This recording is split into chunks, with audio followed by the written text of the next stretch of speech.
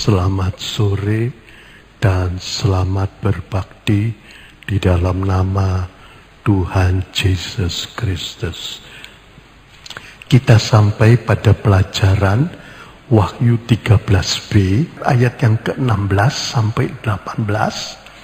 Saudaraku, dan ia membuat semua orang kecil, besar, kaya, miskin, merdeka, hamba diberi suatu cap di dalam tangan kanan mereka atau di dahinya.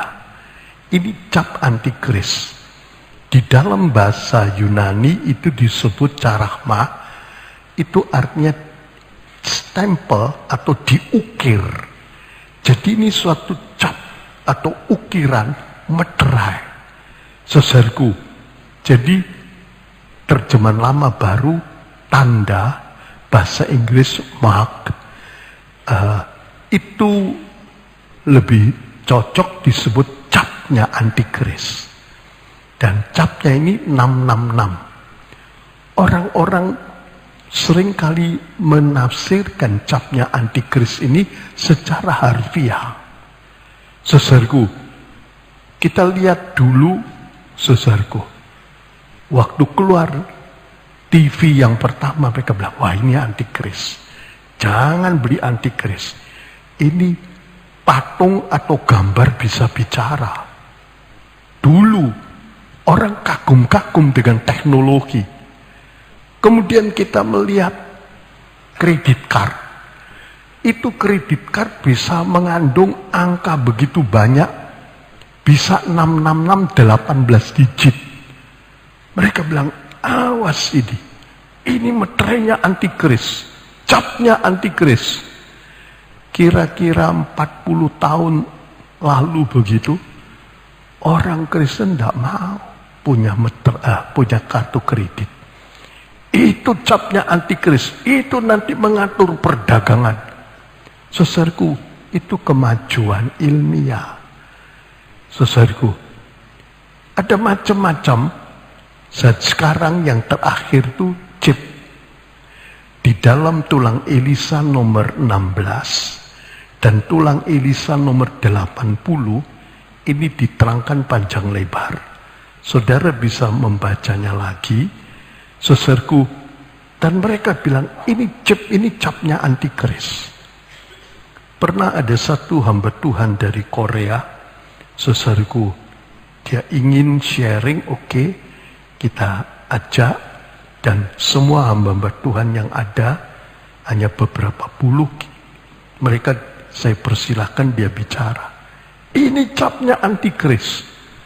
Saudaraku, di beberapa tempat dipaksakan. Beberapa bulan yang lalu waktu saya ke Amerika, beberapa saudara tanya, Om, ini anak saya dipaksa mesti pasang chip. Tapi apa ini bukan capnya antikris? Saudaraku, beberapa banyak, hampir semua orang menafsirkan cap antikris itu seperti chip. Itu dipasang di tangan sebab di sini paling gampang atau di dahi. Saudaraku, supaya itu tempat yang paling baik, kecil seperti lebih kecil dari beras. Tambah lama, tambah maju. Dan semua data-data disembunyikan di situ. Jadi beli apa cukup. Saudaraku pakai chip semua sudah tercatat. Saudaraku, hampir kebanyakan mengatakan itu capnya antikris. Tapi sebetulnya itu bukan.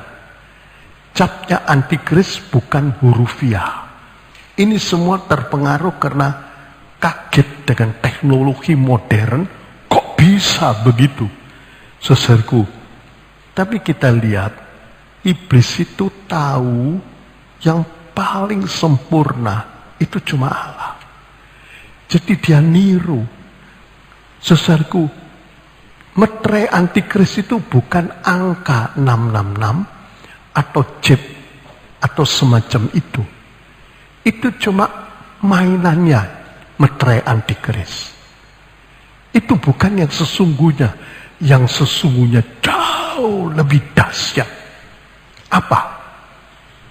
Saudaraku, meterainya Allah itu Roh Kudus. Efesus 4 ayat 30, kita dimeteraikan oleh meterai Allah, yaitu Roh Kudus. Saudaraku, iblis tidak bodoh pakai meterai chip yang mati, tidak bisa apa-apa. Dia juga meniru Allah. Saudaraku, kalau Tuhan pakai Roh Kudus sebagai meterai dan iblis memakai roh Mamon sebagai meterai.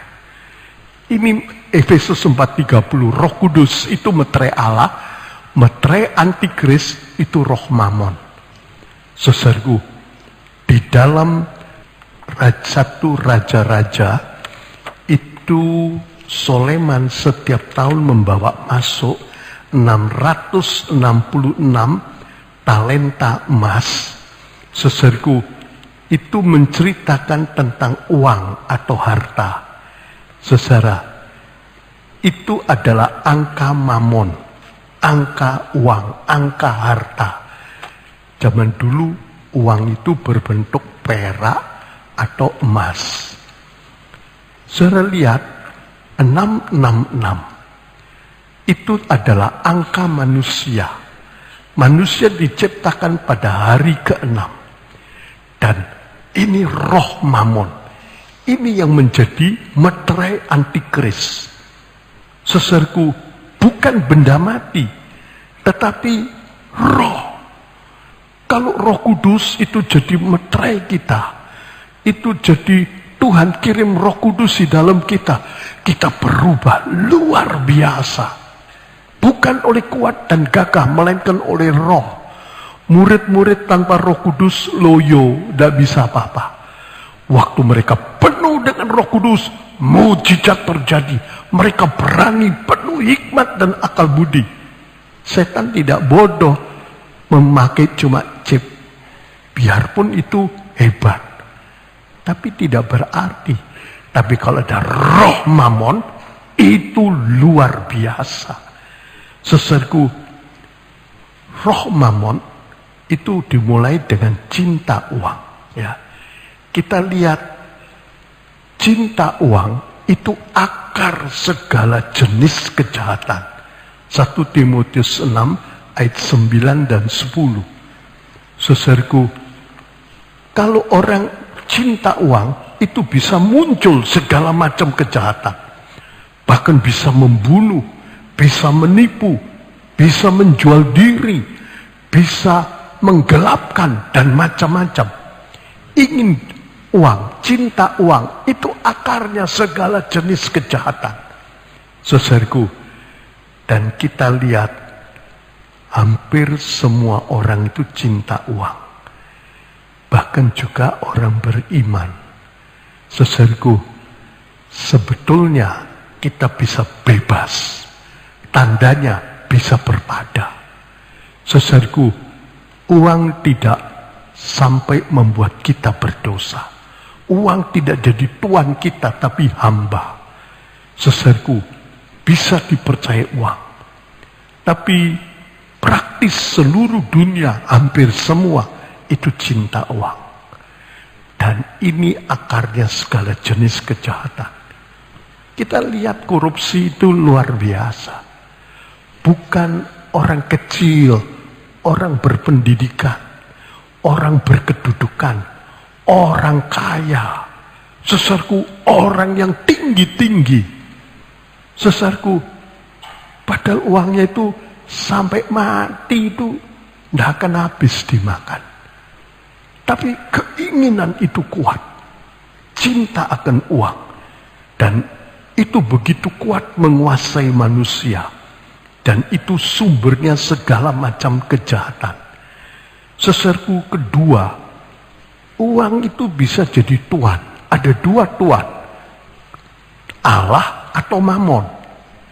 Ini jadi tuan. Berapa banyak orang dikuasai oleh uang Mamon? Matius 6 ayat 24. Dengan cinta uang aja, orang nekat berbuat macam-macam dosa. apalagi ketambahan roh mamon. Roh mamon itu roh setan, mungkin diberi kursus atau diberi perintah untuk saudaraku menimbulkan banyak kejahatan karena uang. Itu roh setan. Yudas adalah antikris yang pertama. Mula-mula dia cinta uang, mencuri. Saudaraku, lama-lama iblis masuk dalam dia. Jadi nekat, jadi mata gelap, jadi lupa daratan, tidak tahu malu. Ketemu Tuhan gurunya, dipeluk, dicium. Padahal dia mau mengkhianatinya. Sampai putra manusia tanya, Yudas, dengan satu ciumkah engkau menyerahkan aku? Saudaraku, cinta uang itu bisa membuat segala macam dosa. Pernah saya dengar ada di Sumatera satu orang kaya. Saudaraku, waktu mati rebutan. Bahkan sampai pakai orang buat membunuh. Saudara lihat, ingin uang itu begitu jahat. Ini ingin uang sejahat, tambah roh mamon.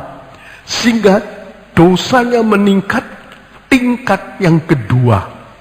Kita sudah sering melihat orang berdosa itu ada 3 tingkatan dosa. Dosa manusiawi, kalau orang ini dosa manusia itu biasanya pelan. Kalau orang ini penuh roh setan, cepat naiknya. Akhirnya jadi dosa sempurna. Ini dosa di dalam roh setan itu membuat pertumbuhan yang luar biasa. Sehingga dalam tempo 3 tahun, orang-orang yang mendapat meterai mamon itu tumbuh semua, hampir semua jadi sempurna dalam dosa.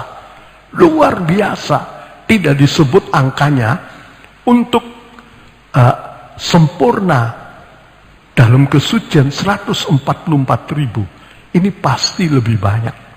Begitu cepat jadi dosa, nekat, mata gelap, tidak tahu malu, tidak tahu aturan. Saudaraku, saudara lihat, dan ini dicap di dahi, pikirannya penuh, dan di tangan kanannya perbuatannya. Saudaraku, saudara lihat, kalau Roh Kudus bekerja menyempurnakan kita dalam kesucian, tidak dengan paksa. Kita mesti mengaku menyerah. Bukan aku lagi, tapi Kristus yang hidup dalamku.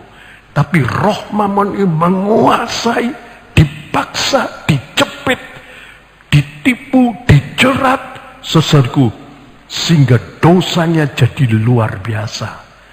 Saudara lihat, sekarang tidak ada meterai, antikris. Roh-roh setan tidak bisa merajalela. Tiap orang percaya kepadanya diberi hak mengusir setan. Saudaraku, Markus 16 ayat 17. Diusir. Dia yang ada dalam kita lebih besar. Sekarang tidak ada meterai. Baru nanti sesudah pengangkatan dan Tuhan tinggalkan, saudaraku, dan roh setan, nabi palsu ini, dia kuasai banyak orang dan semua disuruh bikin patung, saudaraku, dan itu hidup dimeteraikan dengan meterai antikris. Semua jadi begitu cepat meningkat di dalam dosa. Tapi itu baru terjadi di dalam zaman antikris. Zaman sekarang masih ada beberapa orang yang dirasuk oleh roh setan, yang kemudian mungkin di-upgrade atau dijadikan roh mamon.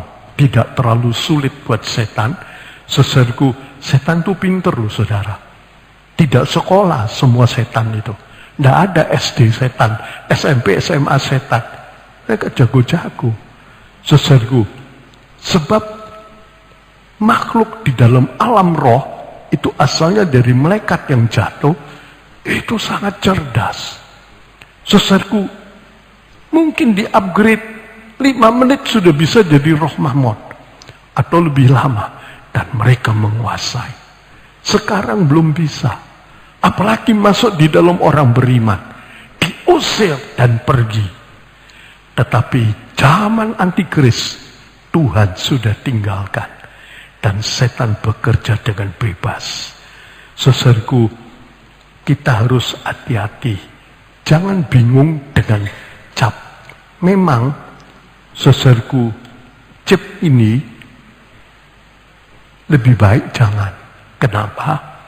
Kalau orang dipasang chip, itu kadang-kadang sulit diambil lagi. Semua data itu lengkap di situ. Jadi satu orang itu bisa diketahui komplit.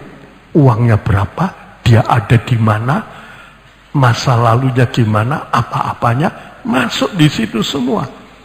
Kalau orang bisa menguasai dan tidak jujur, bisa merugikan dia. Juga bisa membahayakan. Itu sudah ada 10 tahun yang lalu chip ini. Paling tidak 5 tahun, saya lupa persisnya. Bahkan di Surabaya beberapa bank itu sudah mau memasang chip. Sampai sekarang belum berhasil. Orang dunia saja tidak mau. Privacy itu hilang. Kalau sudah pakai chip, komplit tahu semua. Bukan cuma kekayaan, semuanya. Apalagi kalau dia mau lari, ketahuan. Semua bisa dilacak. Sekarang saja mobil diberi tanda, kemana-mana sudah bisa dilacak. Apalagi dengan chip. Orang dunia pun tidak mau. Merugikan. Bisa-bisa membahayakan. Karena itu, saudaraku, tentu lebih baik jangan. Tapi ini bukan meterai antikris. Saudaraku, hampir kebanyakan orang bilang, meterai atau capnya antikris itu 666. Jadi ini yang dihadapi. Oh, waduh, hati-hati dengan capnya antikris. Cip, cip, cip. Sampai berkali-kali itu pertanyaan muncul. Di Surabaya juga banyak. Bagaimana kalau kita dipasangi chip? Jangan takut, tapi lebih baik jangan. Dan belum tentu orang mau. Di Australia saya dengar ribuan domba itu dipasangi chip. Jadi kalau hilang bisa dilacak. Itu domba. Tapi manusia belum tentu mau. Saudaraku, itu sudah lama saya dengar di Amerika 3-4 tahun yang lalu dipaksakan harus. Buktinya tidak berhasil sampai sekarang. Kita jangan bingung sama itu. Ingat, itu roh mamon. Jangan ada cinta uang. Cinta uang itu akan mudah kemasukan roh mamon. Kalau orang bebas dari cinta uang, Ibrani 13 ayat 5, jangan cinta uang. Roh mamon sulit masuk. Apalagi kita punya Tuhan Yesus. Kita bisa mengusir setan. Sulit. Tetapi hati-hati. Jangan cuma mikirkan chip. Roh mamon. Belajar hidup dalam kesucian. Kita harus bisa menguasai uang. Bukan jadi budak uang, tapi tuan uang. Dipimpin oleh roh. Bukan dipimpin oleh roh mamon. Tandanya bisa berpada. Tidak berdosa karena uang. Tahan, diberi uang sedikit atau banyak. Tidak bersungut-sungut seperti Ayub. Penuh, puji Tuhan. Habis jogrok sama sekali. Tuhan tidak salah. Saudaraku, sebab ini yang orang-orang lupa. Padahal roh mamon itu masuk di mana-mana. Berapa banyak orang beriman. Bahkan sampai pemimpin-pemimpin besar. Jatuh karena uang. Lalu juga nyerembet ke dosa-dosa lain. Saudaraku, perhatikanlah. Supaya kita hidup dalam kesucian. Ya. Kita harus memperhatikan. Roh Kudus itu membuat kita benci dosa, cinta kebenaran, cinta firman Tuhan. Tapi roh mamon itu akarnya segala dosa. Di dalam roh lebih dahsyat. Cinta uang aja dahsyat, apalagi ditambahi roh mamon, dirasuk oleh roh mamon, sudah mata gelap. Seperti Yudas akhirnya jadi antikris yang pertama. Saudaraku, kesimpulannya, cap antikris itu bukan chip. Coba saudara pelajari. Itu majalah Tulang Isa 80 dan 16. Akhir zaman pelajaran wahyu itu memang banyak yang sulit. Dalam seminar bersambung tetap diberi kesempatan. Kalau saudara tanya langsung boleh, atau saudara tanya di meja informasi, ada banyak hamba-hamba Tuhan di situ, tanya mereka, atau lewat internet, atau tertulis. Kalau tertulis memang, kalau agak lambat, saudara jangan kecewa. Tapi tanya, apa yang kita dapat dari pelajaran? Ini akhir zaman itu, tafsiran itu begitu banyak. Saudara boleh tanya, sambil sembahyang. Roh Kudus akan membawa kita kepada segala kebenaran.